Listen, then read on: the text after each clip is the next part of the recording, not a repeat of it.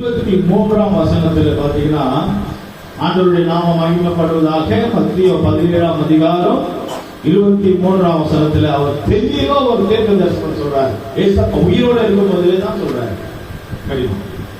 அவர்கள் அவரை கொலை செய்வார்கள். பாருங்க, அவர்கள் அவரை கொலை செய்வார்கள். ஏசப்பாவே தன்னை குறித்து தீர்க்க தரிசனம் சொல்றார். அவர்கள் என்று சொன்னால் அந்த யூதர்கள் தான். அவர்கள் அந்த ஜனங்கள் தான். யாருக்காக வந்தாரோ அவர்கள் தான். அவர்கள் அவரை என்று சொன்னால் யாரை? இயேசுவை. அவர்கள் இயேசுவை அவரை கொலை செய்வார்கள். ஆகிலும் 3ஆம் நாளிலே உயிர்த்தெழுந்திருப்பார் என்றார். அவர்கள் மிகுந்த துக்கம் அடைந்தார்கள். கர்த்தருக்கு ஸ்தோத்திரம். அவர்கள் இஸ்ரவேல் ஜனங்கள் யாருக்காக இயேசு வந்தாரோ அவர்கள் இயேசுவை கொலை செய்வார்கள். அந்த கொலை செய்யற நாள் தான் குட் ஃப்ரைடே. அப்ப இயேசு உயிரோடு தான் இருக்கிறாரு. இயேசப்பா உடனே சாகல, அவர் உயிரோடு தான் இருக்கிறாரு. உயிரோடு இருக்கும் போது தன்னை குறித்து தீர்க்க தரிசனம் சொல்கிறார்கள். அவர்கள் என்னை கொலை செய்வார்கள் சொல்வது போல தீர்க்க தரிசனத்தில் நம்ம சொல்ல முடியாது. அவர்கள் அவரை கொலை செய்வார்கள். அந்த ஜனங்கள், இஸ்ரவேல் ஜனங்கள், யூதர்கள் இயேசுவை கொலை செய்வார்கள். அது குட் ஃப்ரைடே. ஆனால் கொலை செய்த பிற்பாடு 3ஆவது நாளிலே இயேசு உயிர் தெழுவார். அதுதான் ஈஸ்டர். ஹல்லேலூயா. இது இயேசப்பா சாகிறதுக்கு முன்னாடி சொல்லிட்டார். சரி, இப்போ நிச்சயம், இப்ப நிழல் பார்த்த தீர்க்க தரிசனம், இப்ப நிஜத்துக்குள்ள வருவோம். இப்ப உண்மையாகவே என்ன சம்பவிச்சதுன்னு சொன்னால், மத்திய சுவிசேஷத்துல இயேசப்பாவே அவர்கள் கொலை செய்தார்கள். அதெல்லாம் நம்ம குட் ஃப்ரைடே மீட்டிங்ல பார்த்தோம். அவரை பிடிச்சாங்க, கொலை செய்தாங்க, மாறுநாள் அடிச்சாங்க, ஆணி அடிச்சாங்க, முள்முடியில் அடிச்சாங்க. அவர் ரொம்ப பாடுபட்டார், கஷ்டப்பட்டாரு. அவரை கொண்டு போய் எங்க வச்சாங்க? கல்லறையில வச்சாங்க. ஓகேங்களா? அது குட் ஃப்ரைடே அன்னைக்கு முடிஞ்சது. இப்போ இயேசப்பா எப்படி உயிர் தெழும்புகிறார்கள் நம்மளுடைய கேள்வி. இயேசப்பா உயிர் தெழும்பும் போது 3 காரியங்கள், இன்றைக்கு அந்த 3 காரியங்களை நம்ம படிக்க போகிறோம். 3 விசேஷமான ஒரு காரியங்கள். இயேசப்பா உயிர் தெழும்பும் போது 3 சம்பவம் நடக்குது. நான் சம்பவமா? பெரிய சம்பவம் ஆயிடுச்சுமா, பெரிய சம்பவம் ஆயிடுச்சுமான்னு சொல்லுவாங்க இல்லையா? அந்த சம்பவம் 3 சம்பவம் நடக்கிறது. ஏசப்பா உயிர் தெழும்பும் போது 3 சம்பவம். ஓகேங்களா? முதல்ல இப்போ ஏசப்பாவை கொண்டு வந்து எங்க வைக்கிறாங்க? கல்லறையில வைக்கிறாங்க. இவர் எழும்ப கூடாது, கல்லறையை பத்திரப்படுத்துறாங்க. பாருங்க, நம்ம படிப்போம்.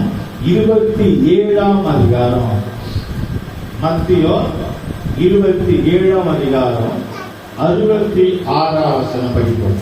அவர்கள் போய் கல்லுக்கு முத்திரை போட்டு, பாருங்க, அரசாங்கம், ஏன்னா அவர் வெளியே வந்துடக்கூடாது இல்லையா?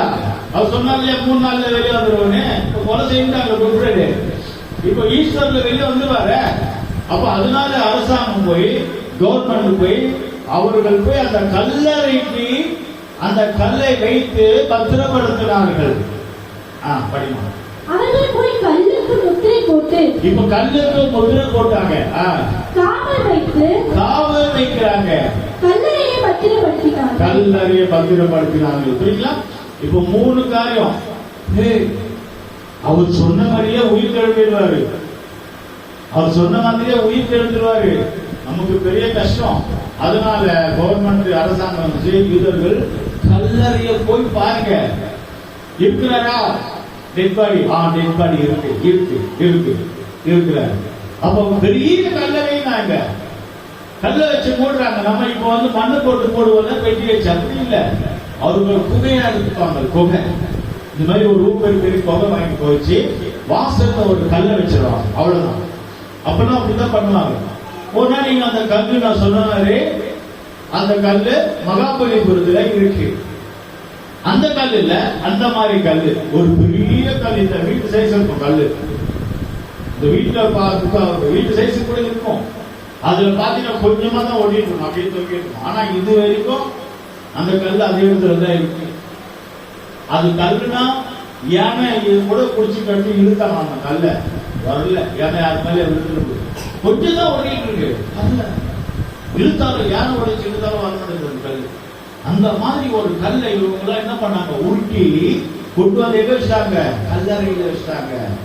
நீங்க பாத்தீங்கன்னா தெரியும், அந்த நான் கூட ஸ்டேட்டஸ்ல வச்சிருக்கேன்னு நினைக்கிறேன், ஒரு கோபை மாதிரி இருக்கும், முன்னாடி ஒரு கல் வச்சிருப்பாங்க. நம்ம கல்லையில மண்ணு போட்டு பெட்டி போடுறாங்க, அந்த மாதிரி இல்லை, ஒரு பெரிய கோபை எடுத்து ஒரு கல்லை உருட்டி வச்சு, இப்போ கல்ல கொண்டு வந்து உருட்டி கொண்டு வந்து வச்சுட்டாங்க. என்ன கல், சின்ன கல் இல்ல, பெரிய கல், யாரும் உருட்ட கூடாது, அது யாரும் அசைக்க கூடாது, பெரிய கல்ல வச்சுட்டாங்க. அதோட விட்டாங்களா, ஃபர்ஸ்ட் ஒண்ணு கல் வச்சாங்களா, ரெண்டாவது என்ன பண்ணா, கல்லுக்கு முத்திரை போட்டாங்க. முத்திரை என்ன தெரியுமா, சீல். கவர்மெண்ட் ஒரு வீட்டை சீல் வச்சால், ஒரு கடையை சீல் வச்சால், ஒரு இடத்துல ஃபேக்டரியை சீல் அடிச்சால் அதை ஒரு எறும்பு கூட தொடக்கூடாது. கவர்மெண்ட் சீல் வச்சான்னு வச்சுங்க, முத்திரை சீல் வைக்கும் போது பாத்தீங்களா, போட்டு போட்டு ஒரு சோபா வச்சு ஒரு சாம்பு ஒரு அடி முத்திரை அடிப்பாங்க, அதான் சீல். அதை போய் யாருமே தொடக்கூடாது, தொட்டா நம்மளை போட்டு ஜெயில போட்டுருவாங்க.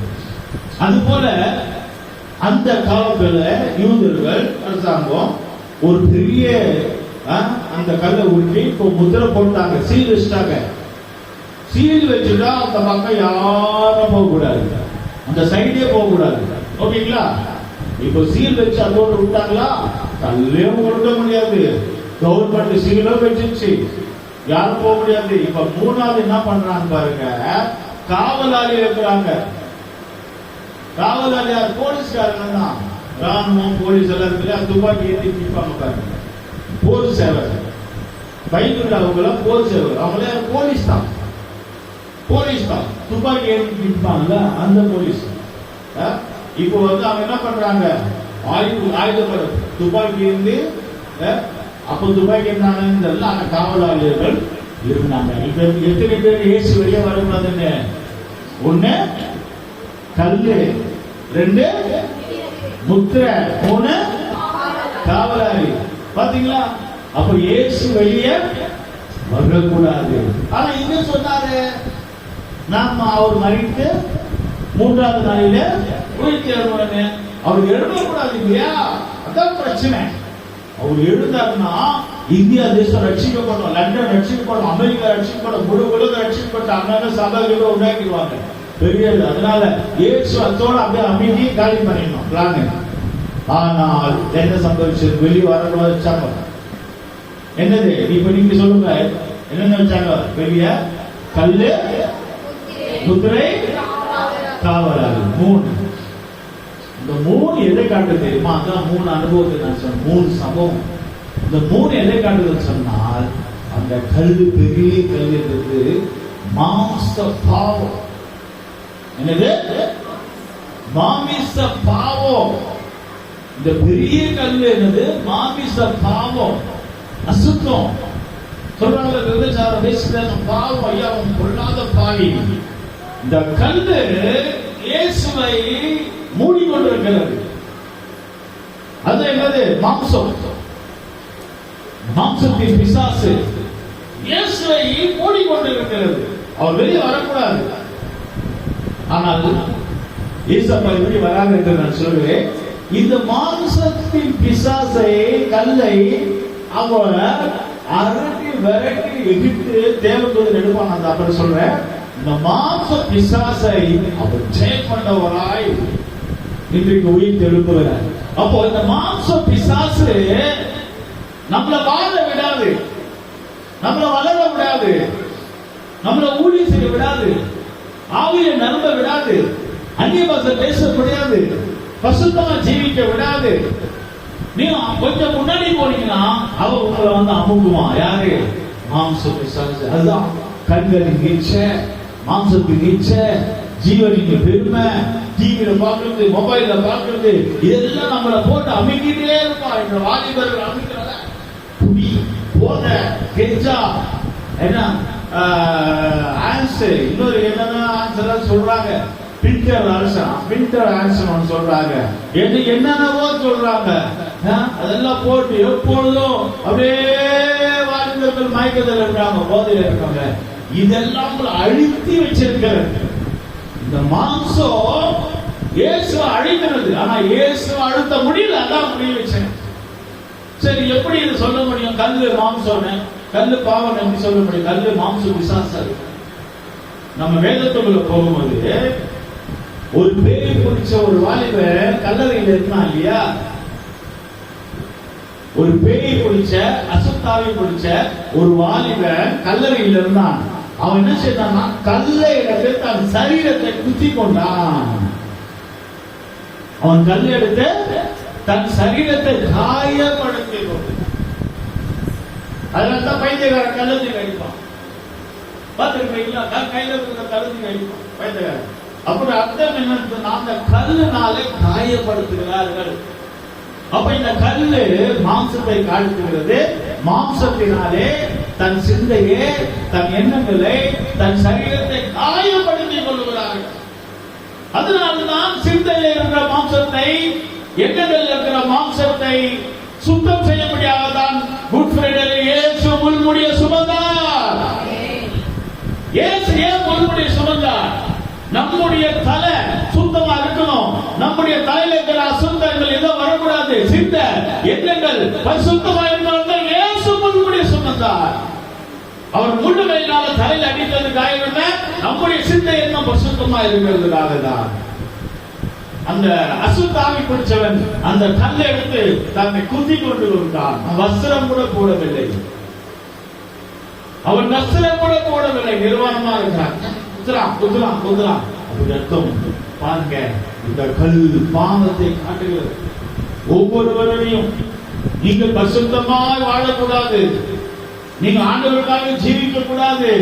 நீங்க கர்த்தருக்காக இருக்கக்கூடாது. நீங்க ஊழியம் செய்யக்கூடாது. நீங்க பைபிள் படிக்க கூடாது. நீங்க ஜெபம் பண்ண கூடாது. இந்த கல்லு இயேசு அழித்தது போல நம்மையும் அழித்து வைத்திருக்கிறது. ஆனால் இந்த கல்லை அகற்றி இயேசு வெளியே வந்தார். ஹல்லேலூயா. மாம்சத்தை இயேசு ஜெயித்தார். ஃபர்ஸ்ட்.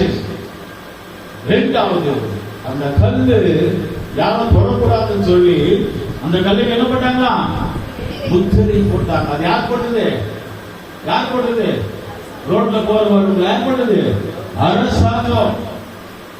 அரசாங்கம் போட்ட முத்திரையை இயேசு அகற்றி கொண்டு வெளியே வந்தார். தூதர் அரசாங்கம் முத்திரை போடுகிறது. இன்றைக்கும் குஜராத்ல ஞானஸ்தானம் கொடுத்த நீ செய்து குஜராத்ல நடக்குது. இப்ப பாம்பேல சொல்லிட்டாங்க.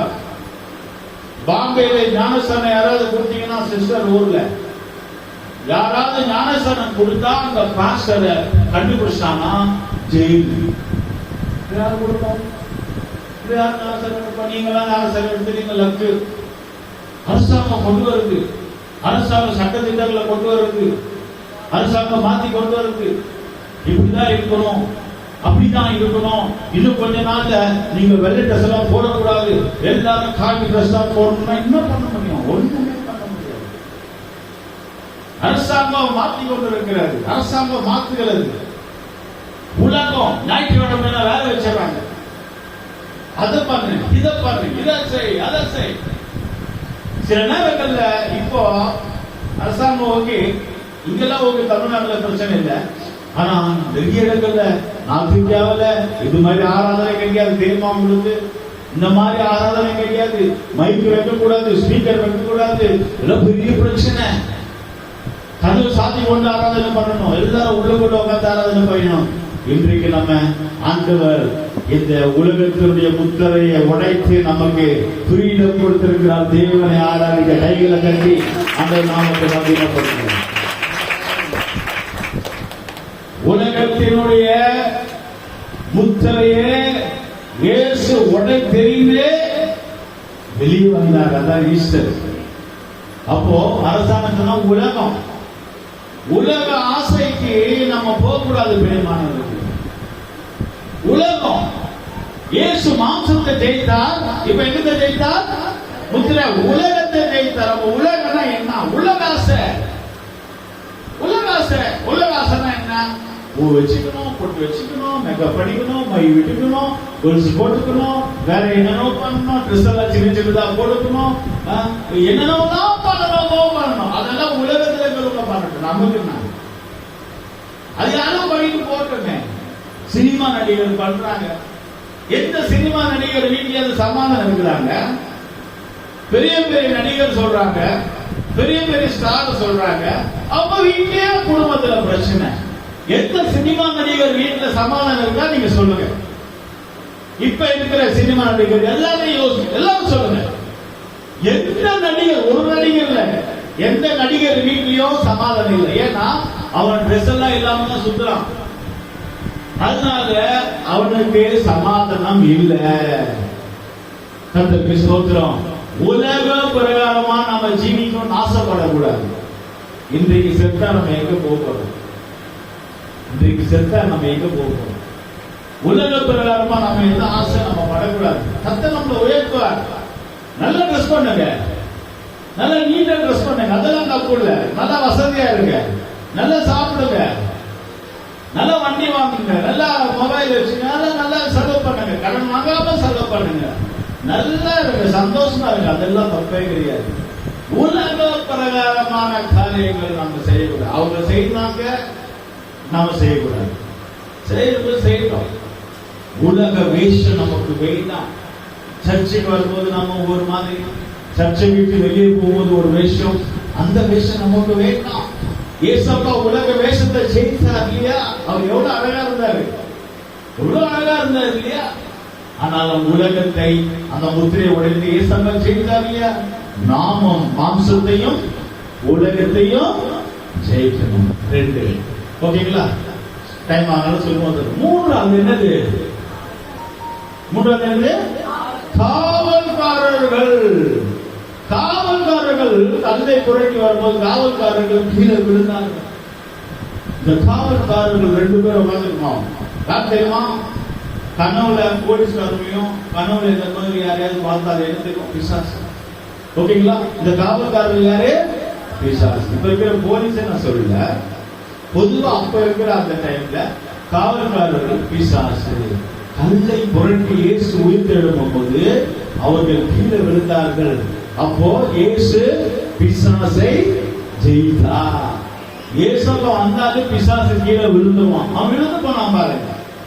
சரி, அந்த வசனத்தை மட்டும் நான் படிக்கிறேன், நீங்க அதை குறிச்சு வீட்டுல நம்ம படிப்போம். ஓகேங்களா? 28ஆம் அதிகாரம் வந்துருங்க. இப்பொழுது அந்த கல்லு எப்படி அகற்றப்படுது? யாரு கல்லு அகற்றவாரா? யாரு? தூதன், தேவ தூதன். ஓகேங்களா? இப்ப 28ஆம் அதிகாரம் எடுத்துக்கொள்ளுங்க. 2ஆம் வசனம் படிமா. அப்பொழுது பூமி மிகவும் அதிரும்படி கர்த்தருடைய தூதன் வானத்திலிருந்து இறங்கி வந்து, வானத்திலிருந்து இறங்கி வருகிறார். வாசலில் இருந்த கல்லை புரட்டி தள்ளி. இப்ப கல்லை யார் தள்ளினது? இப்போ தேவ தூதன். புரியுதுங்களா? தேவ தூதன் கல்லை புரட்டினான். அதின் மேல் உட்கார்ந்தான். கல்லை புரட்டி அவங்கள சேவகரை தள்ளி விட்டு நீ தேவ தூதன் மேல உட்காந்துட்டான். பாத்தீங்களா? அப்புறம் அடுத்த 3ஆவது வசனம். அவனுடைய ரூபம் மின்னல் போலவும் அவனுடைய வஸ்திரம் உறைந்த மலையை போல வெண்மையாகவும் இருந்தது. இது தேவதூதன் பத்தி சொல்றது. தேவதூதன் எப்படிதானா? வெண்மையும். அவன் எப்படிதானா? மின்னலை போல. அம்மையா பார்க்கவே பயங்கரமா இருக்கும். அடுத்த 4ஆவது வசனம். காவலாளர் அவனுக்கு பயந்ததினால் திடுக்கிட்டு செத்தவர்கள் போலானார்கள். யாரை பார்த்து? தேவ தூதருடைய அந்த மகிமை பார்த்து, மின்னலை போல மகிமை பார்த்து காவலாளர்கள் என்ன பண்ணாங்க? சமாஜ கீழே விழுந்து செத்துவர்கள் போயில விட்டாங்க. பாத்தீங்களா? இதை பண்ண முடியுதா? காவலாளரே கீழே விழுந்தாங்க. அப்போ தேவ தூதருக்கு முன்னாடி நிக்க முடியல, நாம ஏசப்பா முன்னாடி நிக்க முடியுமா? அடுத்த 5ஆம் வசனம். தூதன் அந்த ஸ்திரீகளை நோக்கி, நீங்கள் பயப்படாதீர்கள், சிலுவையில் அறையப்பட்ட இயேசுவை தேடுகிறீர்கள் என்றாருமே. பாருங்க, இப்ப தேவதூதன் சொல்றாங்க, அங்கேயும் இந்த தாய்மார்களை விட மாட்டாங்க. போயிட்டாங்க கல்றைக்கு. எப்படியாவது கல்றைக்கு போய் பார்த்துட்டு வந்துடணும் அப்பாவை, ஏசப்பாவை. அங்க போய் அழுதுருப்பாங்க. அப்ப தேவதூதன் சொல்றாங்க தாய்மார்களை பார்த்து, ஸ்திரீகளே நீங்கள் பயப்படாதீங்க, நீங்க பயப்படாதீங்க, அழுவாதீங்க, துக்கப்படாதீங்க. அந்த இயேசுவை கல்லறையில வச்சாங்க இல்லையா, அவர் உயிர் தெரிவிட்டாரு. போங்க, தைரியமா போங்கன்னு சொல்றாங்க. ஆனாலும் அவங்களுக்கு மனசு கேட்கல, எப்படி வர முடியும்? அப்ப 6ஆம் வசனத்துல அவர் கன்ஃபார்ம் பண்றாரு. படிங்க. அவர் இங்கே இல்லை. இயேசு அவர் இங்கே இல்லை. தாம் சொன்னபடியே உயிர்த்தெழுந்தார். உயிர்த்தெழுந்தார். 17ஆம் அதிகாரத்துல சொன்னது இல்லையா, நான் மரித்து 3ஆவது நாள்ல உயிர்த்தெழுவேன் என்று. அவர் சொன்னபடியே உயிர்த்தெழுந்தார். உயிர்த்தெழுந்தார், இயேசு ஜெயித்தெழுந்தார். உயிர்த்தெழுந்தார், இயேசு ஜெயித்தெழுந்தார்.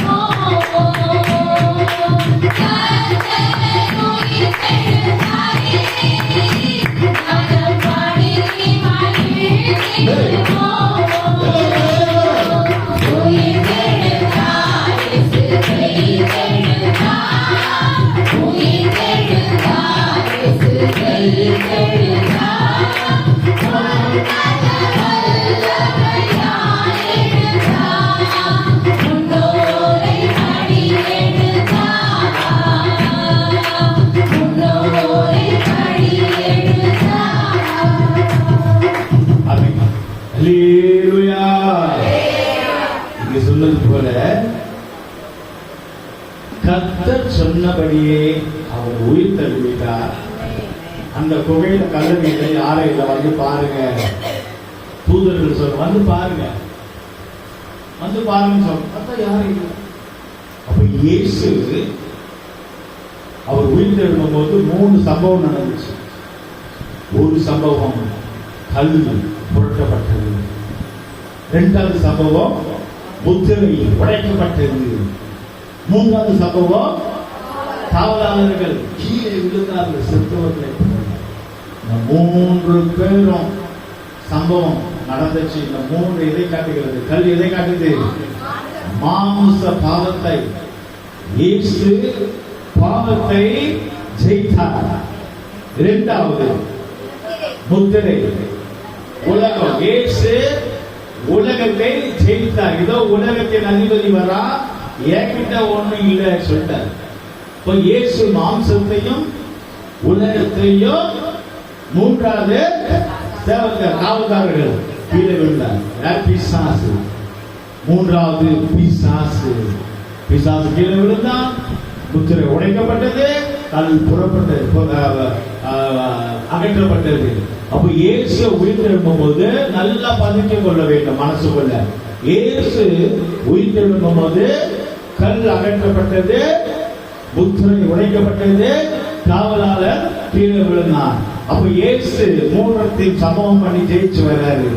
இயேசு மாம்ச பாவத்தையும், இயேசு உலகத்தையும், இயேசு பிசாசையும்